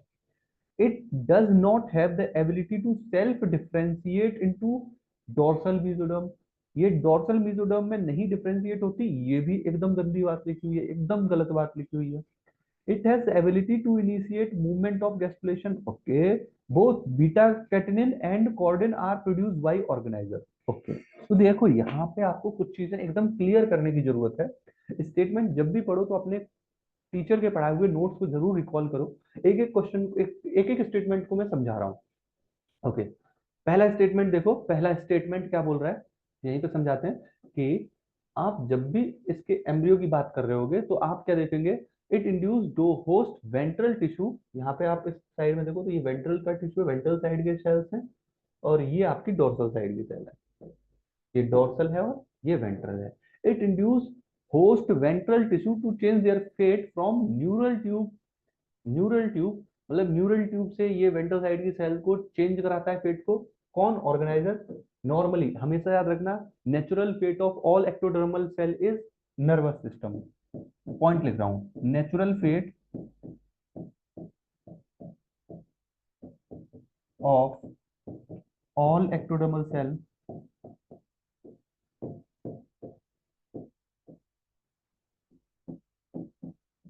is nervous system। जितनी भी एक्टोडर्मल सेल होती है स्टार्टिंग में, उन सभी का नेचुरल फेट क्या होता है, नर्वस सिस्टम बनाना ही होता है। वो नेचुरली तो सबकी सब नर्वस सिस्टम बनाती है। वो अलग बात है कि ये वेंट्रल साइड की सेल क्या रिलीज करती है, बीएमपी। और बीएमपी जब इन पे बाइंड करता है तब ये एपिडर्मिस में बनती है, राइट। बट आप इस स्टेटमेंट को देखो, it induce host ventral tissue to change their fort in the form fate to form neural tissue and dorsal mesodermal tissue, और डोर्सल में मीजोडर्मल टिश्यू बनवाता है। तो बिल्कुल सही बात है। Yes, this is the property of, कहीं ना कहीं ये ऑर्गेनाइजर की प्रॉपर्टी है कि ये क्या करता है, वेंट्रल टिश्यू के फेट को चेंज करा सकता है और वहां पे न्यूरल ट्यूब बना सकता है अगर वहां पे बीएमपी इन्हिबिट कर दे। एंड डोर्सल मीजोडर्मल टिश्यू, और डोर्सल साइड में मीजोडर्मल टिश्यू के नेचर को भी बनवाता है, क्योंकि इसी के नीचे आप देखोगे मीजोडर्मल सेल होती है, राइट, जो आपकी बॉटलनेक सेल से बनी थी, उनके भी पेट को मेंटेन कर सकता है। तो ये स्टेटमेंट सही है। मैंने सीधा सीधा बी और सी स्टेटमेंट को इनकरेक्ट बता रहा हूं, क्योंकि आप सभी को पता है जब भी आप इस सेल को इधर अप्लाई करोगे तो यहाँ से एक और एक्सेस बनने लग जाएगी, इसको हम सेकेंडरी एक्सेस बोलते हैं। ये हमारी प्राइमरी एक्सेस है। तो सी स्टेटमेंट एक बी स्टेटमेंट गलत है। सी वाले देखो, it does not have ability to self differentiate into dorsal mesoderm. सब जानते हैं कि जो ऑर्गेनाइजर है उसका नेचर क्या है। यहाँ पे अगर ऑर्गेनाइजर है ये, तो ऑर्गेनाइजर का नेचर क्या है, मेसोडर्म। और कहीं ना कहीं ये योक वाले रीजन से ही बन रहा है।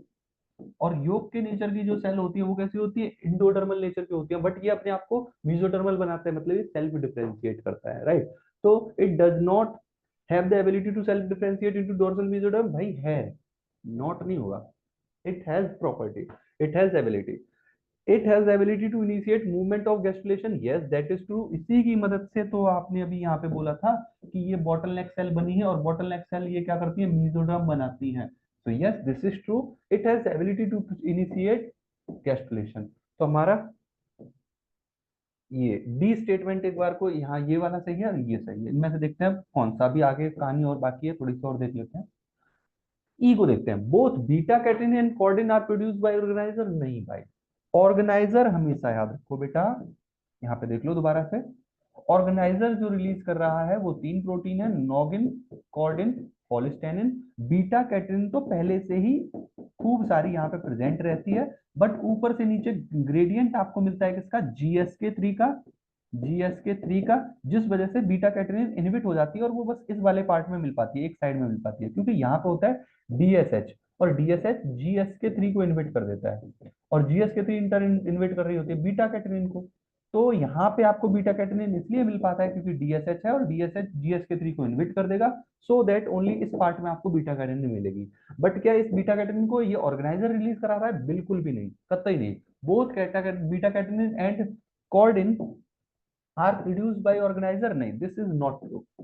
बोलो समझ में आया, आंसर क्या आ जाएगा, yes, answer will be A. क्योंकि यहाँ पे ए स्टेटमेंट और डी स्टेटमेंट एग्जैक्टली करेक्ट है, ठीक है, दोनों करेक्ट है, बाकी रेस्ट स्टेटमेंट गड़बड़ है। अगले क्वेश्चन की तरफ बढ़ते हैं, अगला क्वेश्चन देखिए।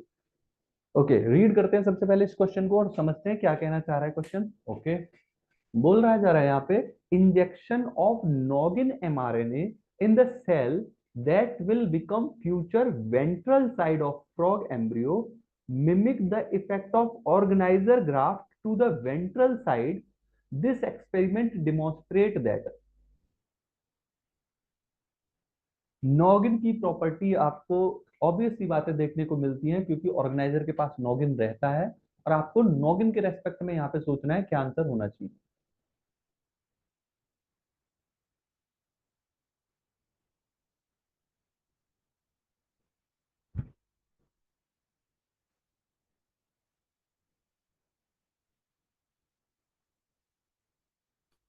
तो याद करो, मैंने मेंशन किया था स्टार्टिंग में भी कि ये जो हमारा ऑर्गेनाइजर के थ्रू रिलीज हमारी जो प्रोटीन है, नॉगिन, कॉर्डिन, पॉलिस्टेनिन, ये ट्रांसक्रिप्शन फैक्टर नहीं है। ये तो मैंने स्टार्टिंग में बताया था कि noggin, chordin, follistatin is not transcription factor. ये ट्रांसक्रिप्शन फैक्टर तो नहीं है, ये बात तय है, right. Noggin chordin follistatin is not transcription factor, ये ट्रांसक्रिप्शन फैक्टर नहीं है, सही है। इधर साइड से रिलीज होता है बीएमपी, जिसके अलग अपने रोल है, राइट। तो ये ट्रांसक्रिप्शन फैक्टर नहीं है, तो पहला स्टेटमेंट तो गलत हो गया। तो ट्रांसक्रिप्शन फैक्टर नहीं है तो क्या है, इनहिबिटर प्रोटीन है। तो फिर क्या है, इनहिबिटर प्रोटीन है। एक तरीके से आप बोल रहे हो ये इनहिबिटर है, और किसके इनहिबिटर है, बीएमपी के, सामने लिखा हुआ है। तो ये स्टेटमेंट गलत हो गया। नॉगिन इंड्यूस वेंट्रल फैट, क्या नॉगिन वेंट्रल फैट को इंड्यूस कराने जा रहा है? कहीं ना कहीं आप ऐसे बोलो कि नॉगिन जो है, नॉगिन कॉर्डिन कोलेस्टेरिन, वो डोर्सल फेट को लेके आ रहा है इनटू नर्वस सिस्टम। इसको आप बोलो ये डोर्सल फेट को मेंटेन करते हैं। किसको मेंटेन कर रहे हैं, डोर्सल फेट को बनाने में मदद कर रहे हैं, राइट। एक बार को तो अभी मैं बी को होल्ड कर रहा हूँ इस तरीके से, ठीक है, डायरेक्टली मना नहीं किया, होल्ड कर रहा हूँ। Noggin is involve in organiser fate, yes, organiser के फेट में इन्वॉल्व है नॉगिन, क्योंकि रिलीज ही यही उससे हो रहा है, ऑर्गेनाइजर ही प्रोड्यूस कर रहा है इसको, तो ये बात तो सही है। Noggin is required to induce a secondary axis, सही बात है। अगर जब यहाँ पे तुम इधर साइड में इधर सेल्स को लाके रख दोगे ऑर्गेनाइजर की, तो यहाँ पे भी नॉगिन कॉर्डिन पॉलिस्टाइनिन रिलीज होंगे। बीएमपी फिर कहीं ना कहीं इधर से रिलीज होगा एकदम कॉर्नर से, तो यस नॉगिन की जरूरत यहाँ भी पड़ेगी। तो आप क्या बोलोगे, नॉगिन की जरूरत यहाँ भी पड़ेगी। तो आप बोलोगे डी स्टेटमेंट भी सही लग रहा है और अपने को सी भी लग रहा है, और बी स्टेटमेंट इसलिए इनकरेक्ट हो जाएगा क्योंकि अपने को दो दो सेलेक्ट करने हैं, तो सी और डी यहाँ पे आंसर आ जाएगा। आंसर आप क्या बोलोगे भाई इसका, बी। बोलो समझ में आया। हर जगह ऑलमोस्ट सेम कंसेप्ट लग रहा है, एक बेसिक बेसिक कंसेप्ट यहाँ पे हर जगह वही एक कंसेप्ट ही लग रहा है। चलो अगले क्वेश्चन की तरफ बढ़ते हैं, इस क्वेश्चन को देखते हैं और ट्राई करते हैं क्या आंसर आना चाहिए इसका। ओके, क्वेश्चन आपके सामने है, the presence of beta catenin in the nuclei of blastomere in the dorsal portion of amphibian embryo is one of the determinant for lying down dorsoventral axis। Okay, काफी हद तक सही बात है। What will be the outcome of expressing a dominant negative form of GSK3 in the ventral cell of early embryo? What is meaning of dominant negative? Dominant negative, dominant का मतलब वो है तो मतलब बहुत ज्यादा, मगर वो है नेगेटिव। डोमिनेंट नेगेटिव का मतलब उसका एक्सप्रेशन ढंग से नहीं हो पा रहा, सिंपल सी बात है। क्या बोलना चाह रहा है, एक्सप्रेशन सही से नहीं हो पा रहा, ये इसका मीनिंग है डोमिनेंट नेगेटिव। चलो जरा इसको और बेहतर वे में समझ लेते हैं। देखो बोला क्या जा रहा है कि जब आप इसको ब्लास्टोला सेल स्टेज को ऑब्जर्व करते हो, when you observe a blastula cell stage, you will find कि ऊपर से नीचे की तरफ ग्रेडियंट मिलता है किसका, ऊपर से नीचे की तरफ ग्रेडियंट मिलता है किसका, GSK3 का। ये ऊपर से नीचे की तरफ आपको GSK3 का ग्रेडियंट मिल रहा है। ये क्या है, GSK3, मतलब GSK3 ऊपर बहुत ज्यादा है, यहाँ आप कहते हो थोड़ा सा कम है, ये क्या है, GSK। और इधर साइड में आप एक चीज और नोटिस करते हो, यहाँ पे DSH है। यहाँ पे इस पर्टिकुलर है, ऐसा नहीं कि यहाँ पे है नहीं, यहाँ तक है। मैं यही बोल रहा हूँ GSK3 यहाँ पे भी है, GSK3 है यहाँ पे भी है, राइट। ऊपर से नीचे की तरफ आते कम हो रहा है। और इधर साइड में आपसे ये भी बोला जा रहा है कि नीचे साइड में स्टार्टिंग में बीटा कैटेनिन होता है, बीटा कैटरीन आपको नॉर्मल इधर साइड में मिलता है, बट GSK3 का जैसे एक्सप्रेशन होना स्टार्ट होता है, तो beta Katrin most of the part में यहाँ से गायब होने लग जाएगा। फिर यहाँ से जो बीटा कैटरीन है गायब होने लग जाता है। फिर आपको बीटा कैटरीन सिर्फ इस जगह दिखता है। बीटा कैटरीन कहाँ पे दिखता है, नियर बाई ये जो 3 डॉट लगाए हैं, ये है DSH प्रोटीन। कौन सी प्रोटीन है, DSH प्रोटीन। अब जरा कंसेप्ट को समझो, ये जो हमारी DSH प्रोटीन होती है, डाइस्ट्रेबल बोलते हैं, ड्रोसोफिला में आप और बेहतर पढ़ोगे। DSH इनहिबिट करती है GSK3 को, किसको, GSK3 को। और GSK3 इनहिबिट करता है बीटा कैटनिन को।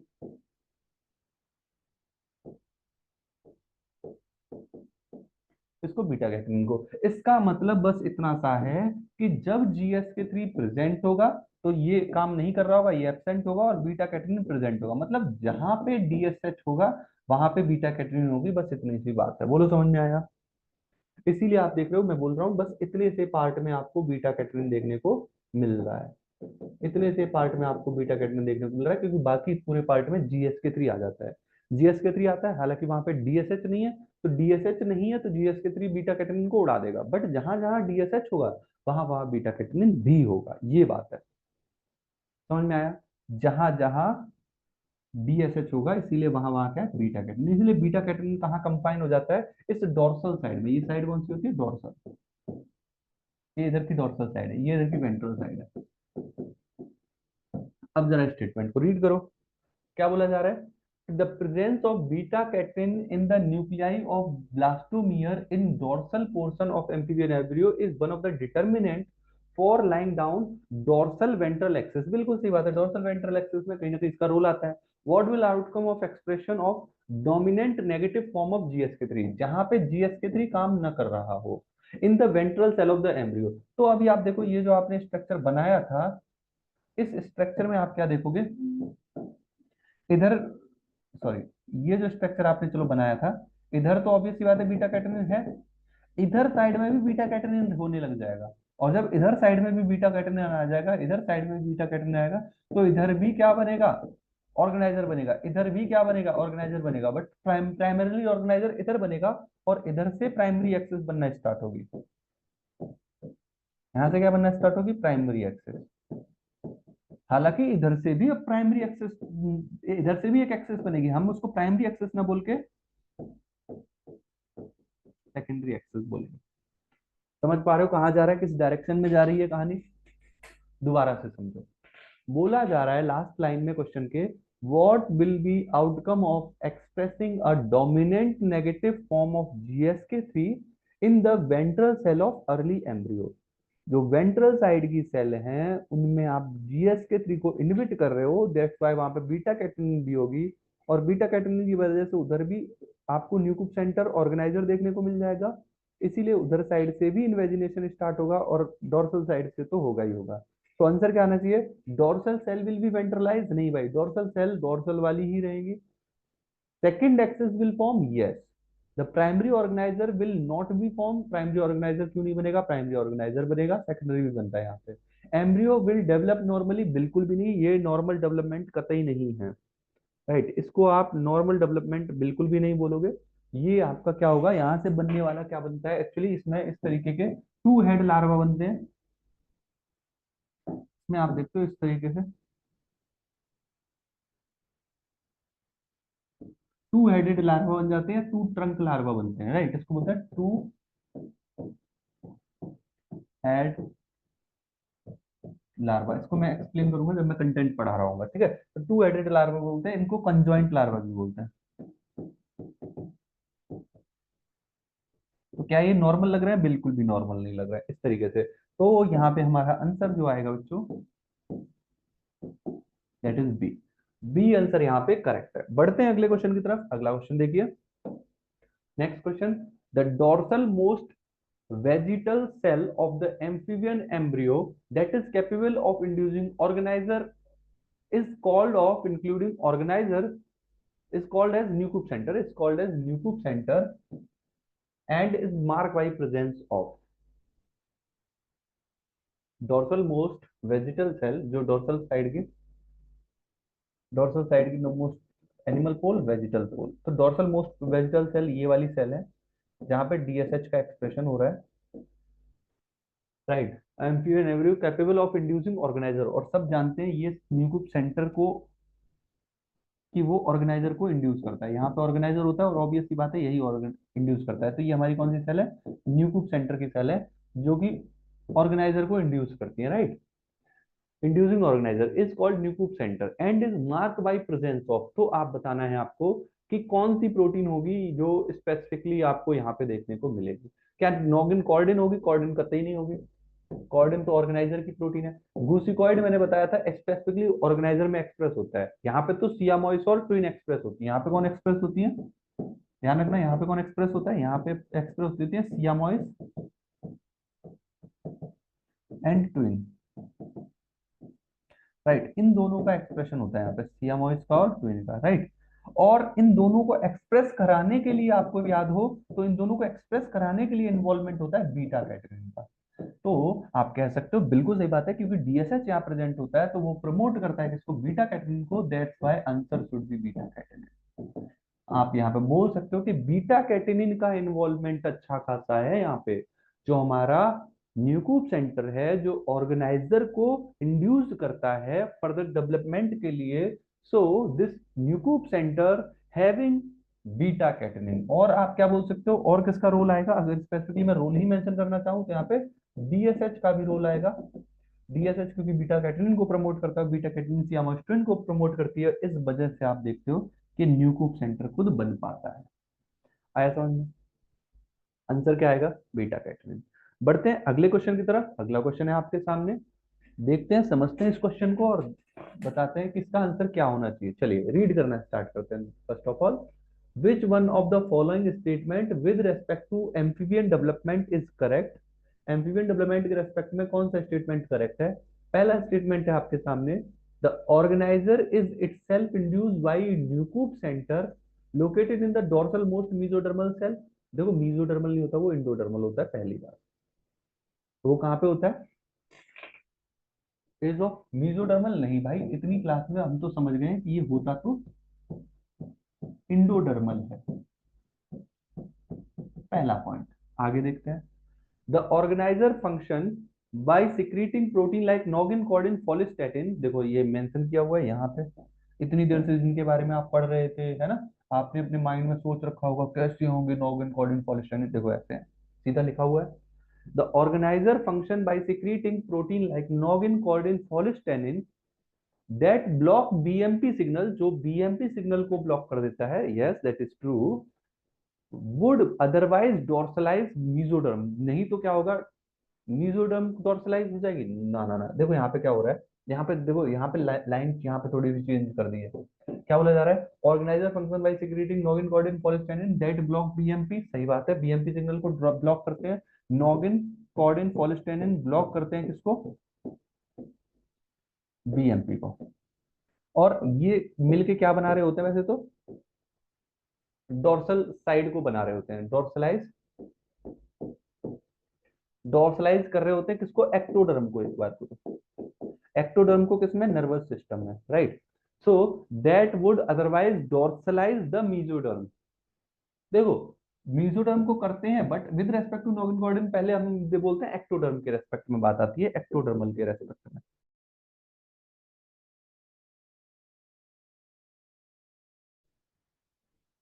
इंपॉर्टेंट है।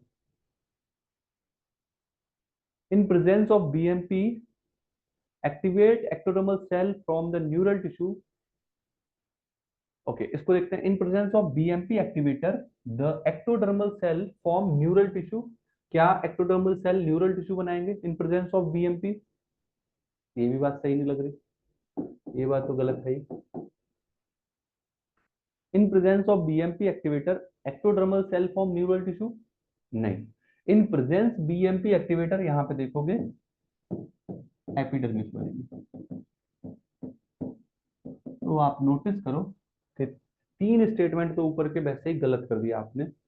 लास्ट बचता है, इसको देखते हैं। W N T signalling crosses the gradient of beta catenin. हाँ ये कहीं ना कहीं सही भी है कि डब्ल्यू एन टी सिग्नलिंग जो होती है, डब्ल्यू एन टी सिग्नलिंग में आप क्या देखते हो, W N T frizzled receptor होता है, ये डीएसएच को एक्टिवेट करता है। हालांकि इस सिग्नलिंग को बोलते हैं डब्ल्यू एन टी सिग्नलिंग। इस सिग्नलिंग को क्या बोलते हैं,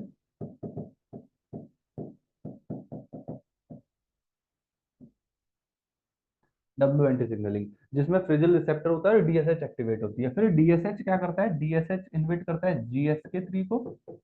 क्यों इन्विट करता है, क्योंकि जीएसके थ्री ब्रेक कर रहा होता है बीटा कैटरिन को, बीटा कैटरिन को इन्विट करा रहा होता है। तो आप क्या देखोगे, W N T signalling causes gradient of beta catenin. हाँ सही बात है, along the anterior posterior axis.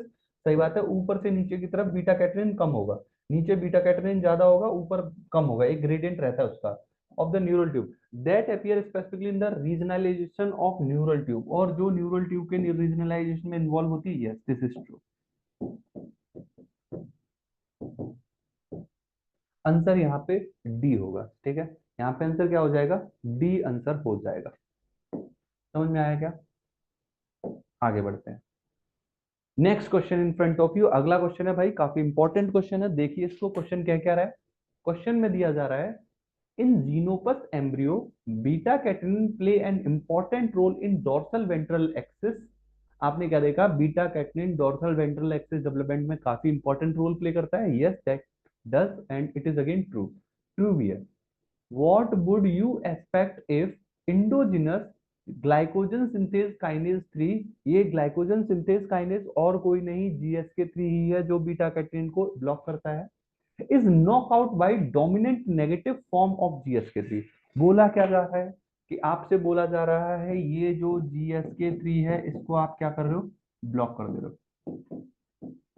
Block कर रहे हो, इनएक्टिवेट कर रहे हो, या नॉकआउट कर रहे हो। नॉकआउट बोले तो केओ, इसके जीन को ही क्यू कर दिया, नॉकआउट कर दिया by dominant negative form of GSK3। Dominant negative form में ली और उसको क्यू कर दिया in the ventral cell of early embryo. और इस तरीके के काफी सारे क्वेश्चन आप लगा चुके हो। जरा मुझे आंसर करके बताओ, अगर आपने GSK3 को नॉकआउट किया है तो क्या होगा ऑप्शन। मैं पूरे 10 सेकंड दे रहा हूँ, 10 नहीं चलो 20 सेकंड दे रहा हूँ, ध्यान से देखो समझो और मुझे बताओ क्या आंसर होना चाहिए। इसमें कोई रॉकेट साइंस नहीं है, बहुत ही सिंपल क्वेश्चन है, कई बार करा दिया है।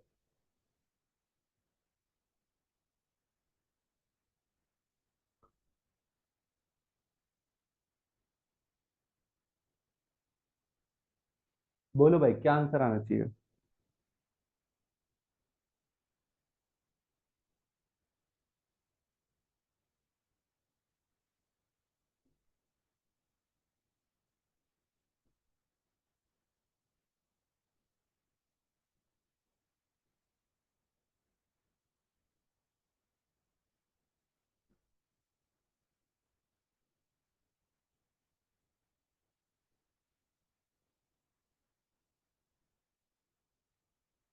यस, सही बात है, सही सोच पा रहे हो। होगा क्या?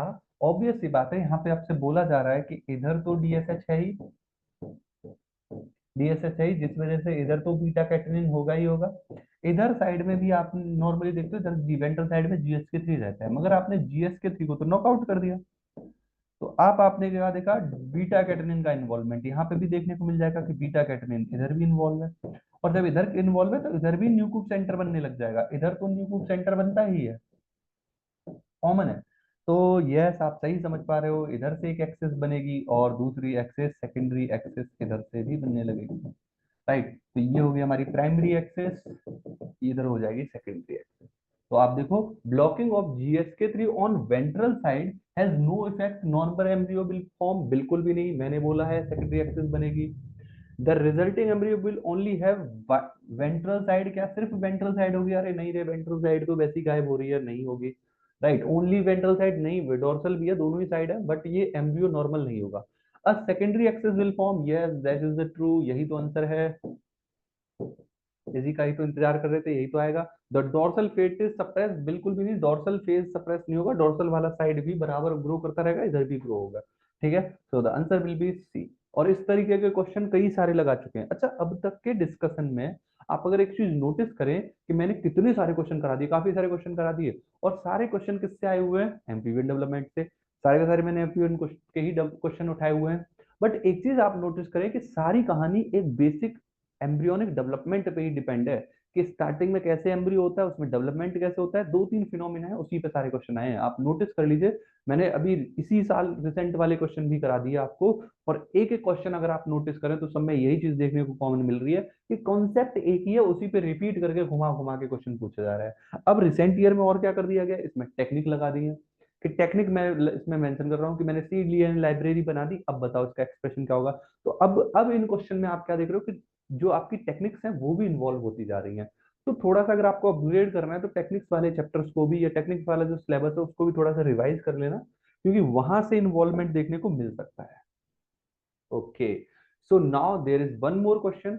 एक और क्वेश्चन है आपके सामने, जरा इस क्वेश्चन को हम डिस्कस करेंगे एंड देन हम आंसर की तरफ मूव करेंगे। चलिए ध्यान से देखेंगे इस क्वेश्चन को और फिर हम आंसर की तरफ आ जाएंगे। Okay, look at this question. In a transplantation experiment, the area of presumptive ectoderm of early frog Grastula was transplanted into the region of nude Grastula, destined to become part of mouth. Okay, क्या बोला जा रहा है? एक transplanted experiment है। अभी मैं थोड़ा सा ट्रांसप्लांटेशन एक्सपेरिमेंट पे क्वेश्चन आते हैं अच्छे खासे, हालांकि इधर नहीं पूछे गए, मैं जरा इसका कंसेप्ट समझाऊंगा जस्ट इसी के बाद। Area of presumptive ectoderm, ectoderm वाला एरिया, ये ऑब्वियस सी बात है, प्रिजम्पटिव एक्टोडर्म ऊपर वाली एक्टोडर्म ये है। Area of presumptive ectoderm from an early frog gastrula, early gastrula वाली स्टेज है, मैं हल्का से यहाँ पे इन्वेजिनेशन दिखा दे रहा हूँ, अर्ली गेस्टुला है, was transplanted to the region of newt gastrula, frog के गेस्टुला से उठा के, फ्रॉग से उठा के आपने क्या बोला जा रहा है, अर्ली फ्रॉग से उठा के, फ्रॉग से आप न्यूट के गेस्टुला में ट्रांसफर कर रहे हो to become part of mouth, जो कि मान लो यहाँ पे, ये मान लो इसी तरीके से अंका बना रहा हूँ, यहाँ पे आपका माउथ बनने वाला होता है, इस रीजन में डॉर्सल लिपोब्लास्टोपोर होता है, डॉर्सल लिपोब्लास्टोपोर, हालांकि ये भी सिमिलर होगा। और यहाँ पे मान लो ये एक्टोडर्मल सेल है, इनको उठा के आपने कहाँ डाला है, इधर माउथ वाले रीजन में, डॉर्सल लिपोब्लास्टोपोर वाले रीजन में। ये कौन है? ये आपका फ्रॉग है, ये आपका न्यूट है, दोनों ही अलग अलग ऑर्गेनिज्म है, सही है। अब आप क्या देखोगे, समझ रहे हो कंसेप्ट, समझ रहे हो? Destinated to become part of mouth, किस एरिया में? ऑब्वियस बात है, डॉर्सल लिपोब्लास्टोपोर अर्ली वाले पार्ट में, ये माउथ में बनने वाला होता है। Okay, the resulting salamander larvae had frog like mouth part. अब आपने जब ये डाल दिया इधर, तो आप क्या बोल रहे हो, जब आपने मान लो, मैं येलो कलर कर देता हूँ, ये येलो कलर था फ्रॉग का, और इधर आपने डाला, तो ये जो माउथ बना भी ना, ये कैसा बना? Frog like mouth. बहुत ही प्यारा क्वेश्चन है भाई, बहुत प्यारा क्वेश्चन है, ध्यान से देखते जाओ। माउथ कैसा बन रहा है इस न्यूट का? न्यूट का माउथ बन रहा है frog like mouth. The resulting salamander larvae है frog like mouth part.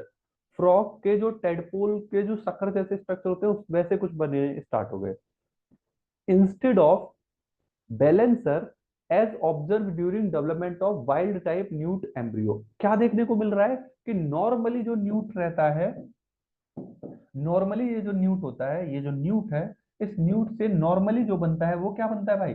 Normally क्या बनता है? नॉर्मली बैलेंसर बनता है। बट ऑब्जर्व का क्या हो रहा है कि बैलेंसर की जगह क्या बन रहा है? टेडपोल के शकर बन रहे हैं, सकर्स बन रहे हैं। क्या बन रहा है? सकर्स बन रहे हैं। बैलेंसर से बन क्या रहा है भाई? शकर बन रहे हैं। बैलेंसर ना बन के क्या बन रहा है यहाँ पे? शकर बन रहा है। बोलो समझ में आ रहा है?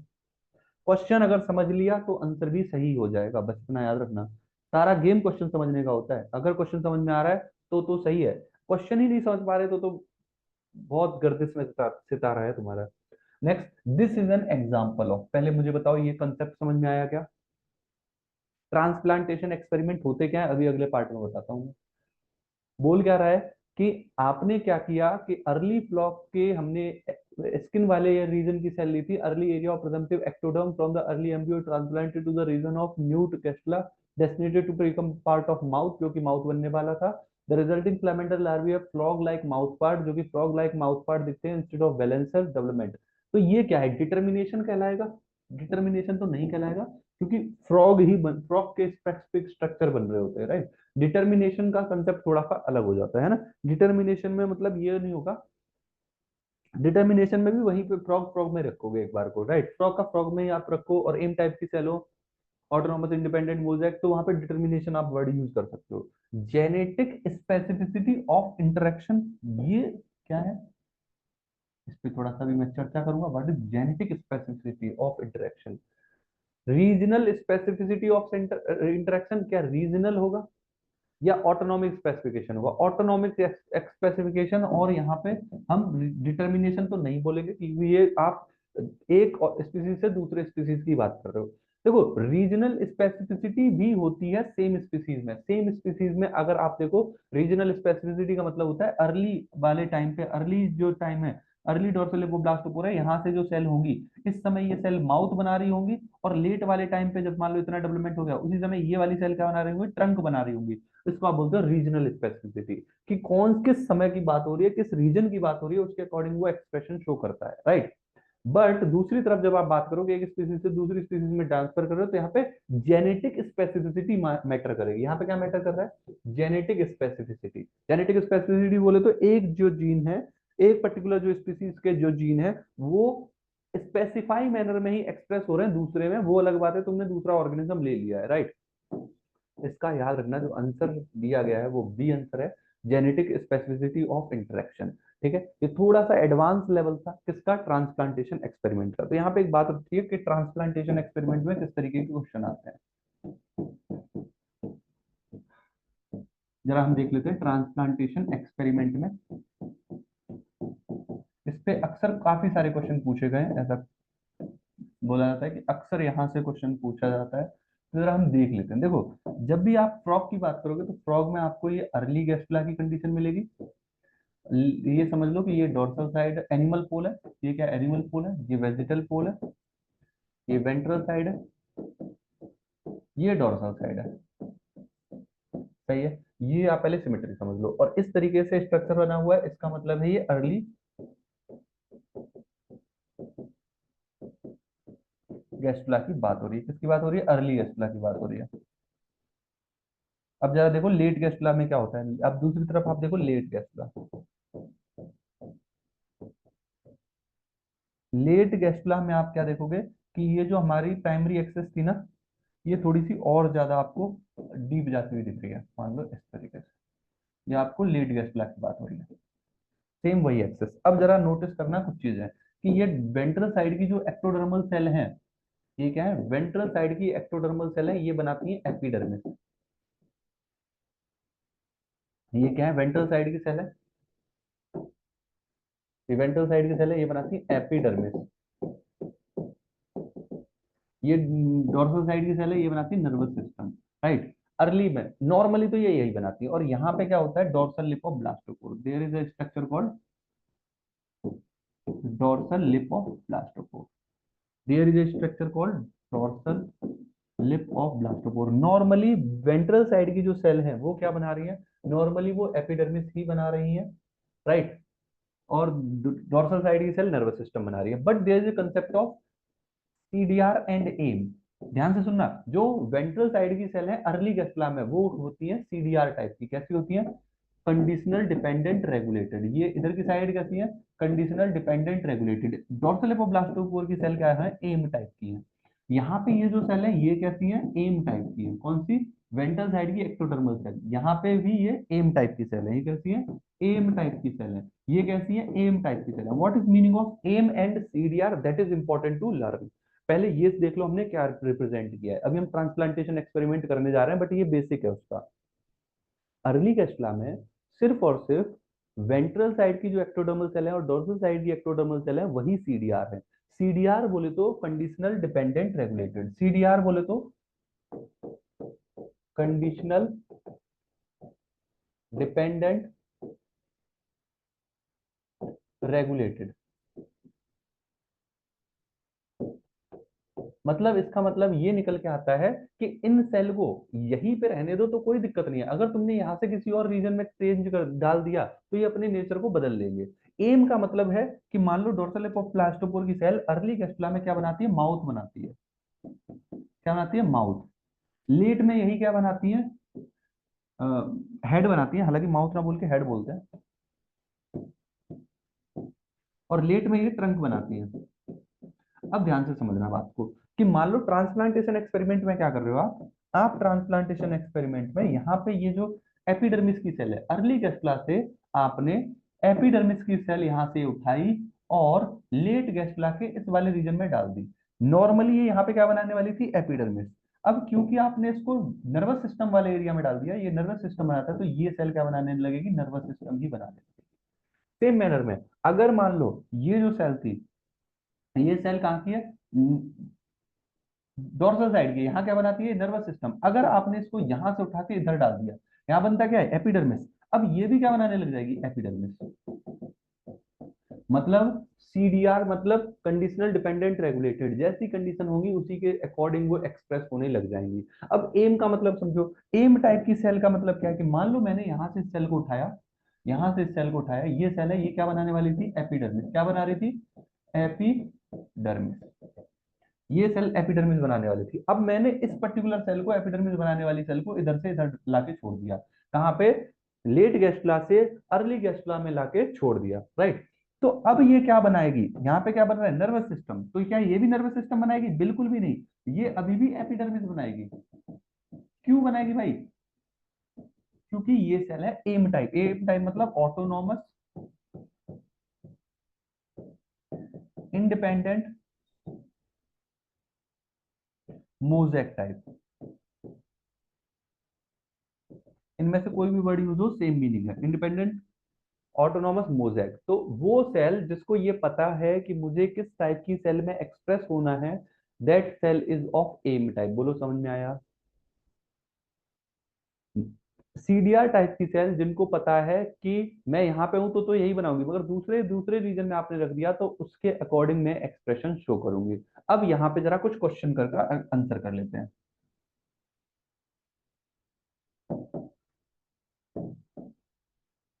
मान लो cells of ventral early gastrula are transplant to dorsal side of dorsal side of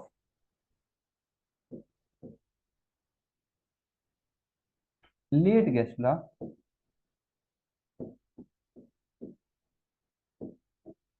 fate of cell will be, जो fate of cell है वो क्या होगा?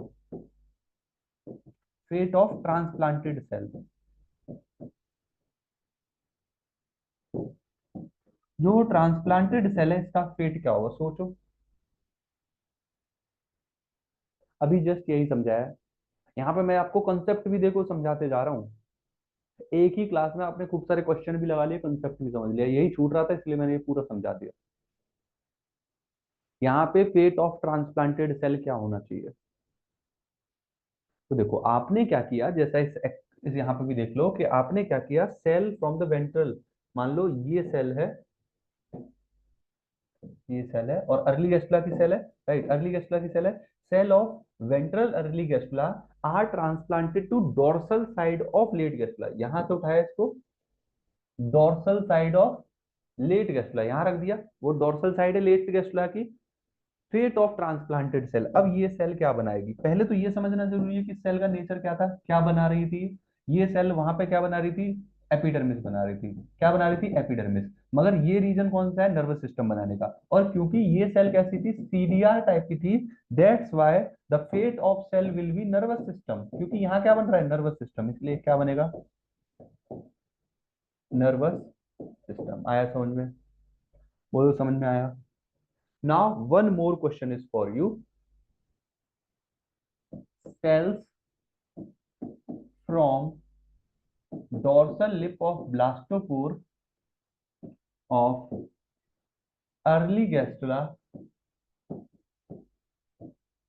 are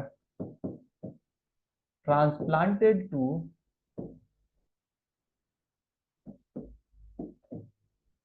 ventral side of same gastula. What will be